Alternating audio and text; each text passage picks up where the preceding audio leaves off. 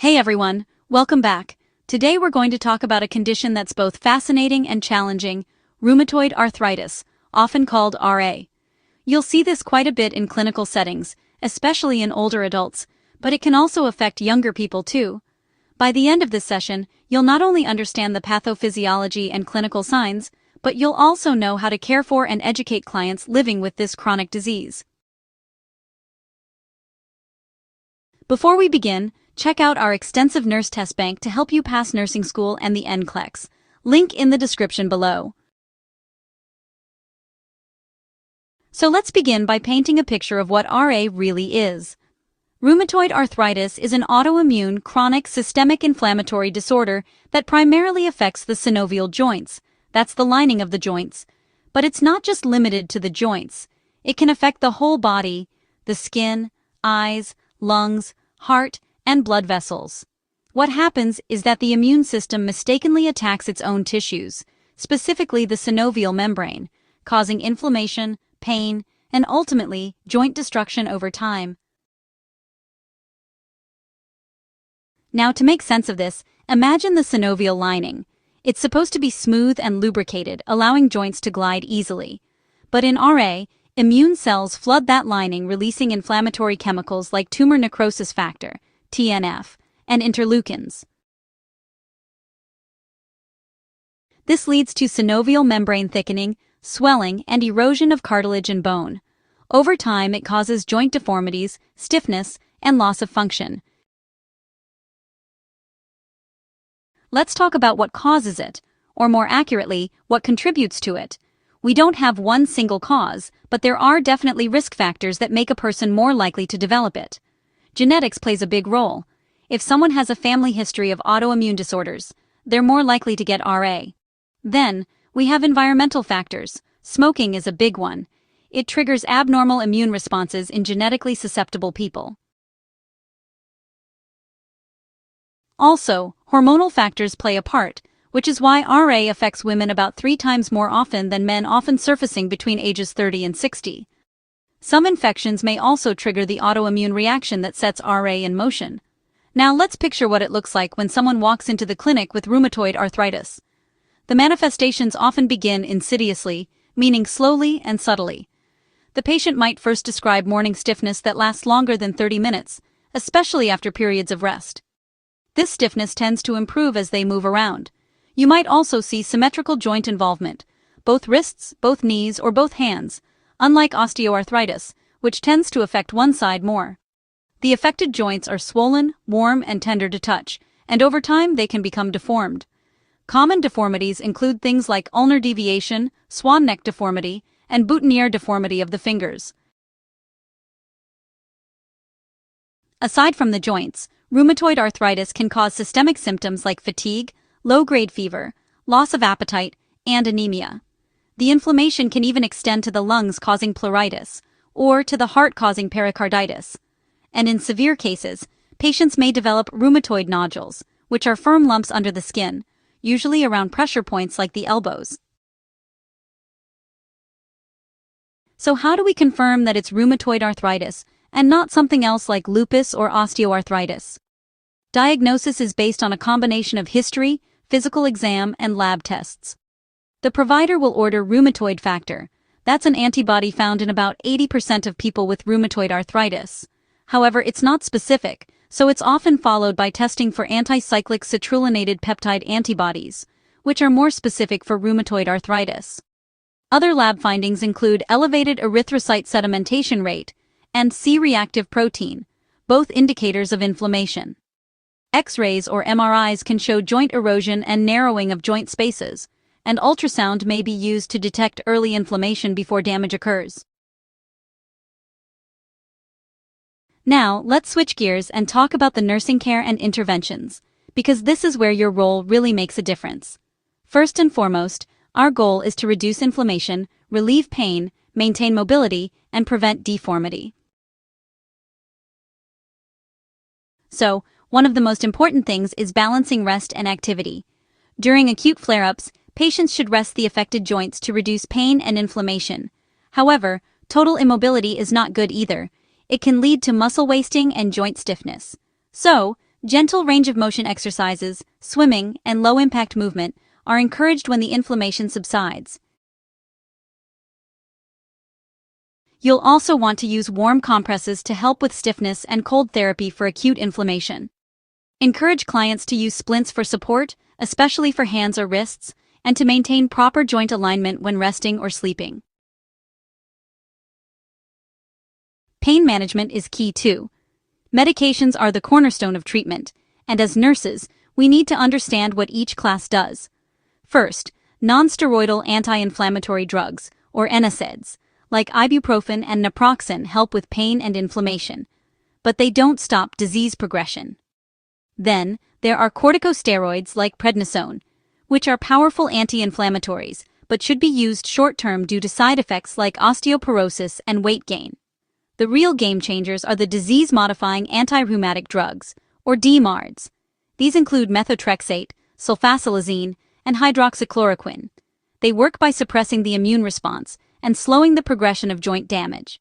Methotrexate is the most commonly used, but it requires careful monitoring of liver function and blood counts, since it can cause hepatotoxicity and bone marrow suppression. In recent years, biologic response modifiers like etanercept, also known as Enbrel, and adalimumab, or Humira, have been introduced. These target specific immune pathways, like tumor necrosis factor, to reduce inflammation. However, they also increase the risk for infections, so patients must be screened for tuberculosis before starting therapy. Surgical intervention, like joint replacement or synovectomy, may be necessary for advanced cases where joint destruction is severe. Let's also not forget about psychosocial support. Chronic pain and deformities can deeply affect a person's self-image and mental health. As a nurse, it's important to listen, validate their feelings, and encourage support groups or counseling. Now, patient teaching is huge for rheumatoid arthritis. You'll want to educate clients on energy conservation, for example, sitting instead of standing when performing tasks, using assistive devices like jar openers, and planning rest periods during the day. Encourage them to maintain a healthy diet that's balanced and anti-inflammatory, foods rich in omega-3 fatty acids, fresh fruits, and vegetables. Weight management is also essential because extra weight puts strain on already compromised joints. If they're on methotrexate, remind them to avoid alcohol to prevent liver toxicity, and to report signs of infection like fever or sore throat immediately. For biologics, teach them to store their medication properly and never skip doses. Also, emphasize vaccinations. They should get flu and pneumonia vaccines, but live vaccines should be avoided while on immunosuppressive therapy. Now, one last nursing pearl. Teach patients about joint protection strategies, avoid repetitive movements, use larger joints when possible, and use warm showers in the morning to help with stiffness. Many patients find adaptive equipment, like long-handled tools, makes daily activities easier. So, to summarize, rheumatoid arthritis is an autoimmune condition that can't be cured, but it can be managed effectively with early treatment, medication, lifestyle changes, and strong nursing support. Your care can make a tremendous difference in preserving function and quality of life for these patients. Okay, let's check your understanding. Which clinical feature is most characteristic of rheumatoid arthritis? Is it A. Symmetrical joint swelling and morning stiffness lasting longer than 30 minutes? Or B. Asymmetrical joint pain that's relieved by rest? Maybe C. Stiffness after movement that resolves quickly? Or D. Pain that's limited to the spine? The answer is A. Rheumatoid arthritis typically presents with symmetrical inflammation and prolonged morning stiffness. Which lab test is most specific for diagnosing rheumatoid arthritis? Okay, here are your options. A. Anticyclic citrullinated peptide, also known as anti-CCP antibody. B. Antinuclear antibody, or ANA. C. D-dimer test. And D. Serum calcium. The answer is A. Anti-CCP antibodies are highly specific for rheumatoid arthritis. Okay, here's your next question. the nurse should monitor which laboratory result when administering methotrexate.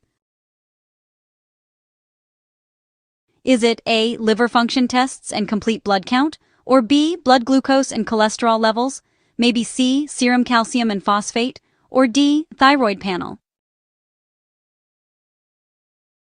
The answer is A. Methotrexate can cause hepatotoxicity and bone marrow suppression, so those are the labs you want to keep an eye on. Okay, so, which finding requires immediate nursing action in a client with rheumatoid arthritis? Here are your options. Option A, shortness of breath and chest pain. Option B, mild joint stiffness. Option C, fatigue and low-grade fever. And option D, dry mouth. The answer is A. Shortness of breath and chest pain could indicate pericarditis or pleural involvement. Okay, so, a nurse is teaching joint protection strategies. Which statement by the client indicates understanding? Is it A. I'll use my larger joints to carry heavy objects instead of my fingers, or B. I'll keep my joints completely still during flare-ups? Maybe C. I'll use cold compresses every morning, or D. I'll avoid all movement to prevent pain. The correct answer is A. Using larger joints helps distribute the load and prevent strain on those smaller joints, which is really important for joint protection. Okay, let's go through another question. A client with rheumatoid arthritis reports morning stiffness. What is the nurse's best suggestion? Is it A. Take a warm shower to relax the joints? B. Apply ice packs immediately?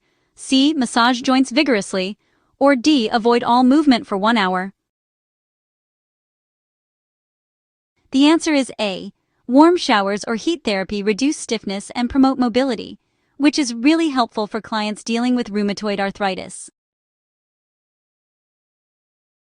So, which nursing action should the nurse take when caring for a client with acute rheumatoid arthritis inflammation? Is it A. Encourage rest of the affected joints? B. Perform deep joint massage? C. Encourage jogging for exercise? Or D. Apply cold compresses only at bedtime? The answer is A. Resting inflamed joints actually reduces pain and swelling during acute phases. Alright, here's another one. A nurse should teach a client taking corticosteroids for rheumatoid arthritis to...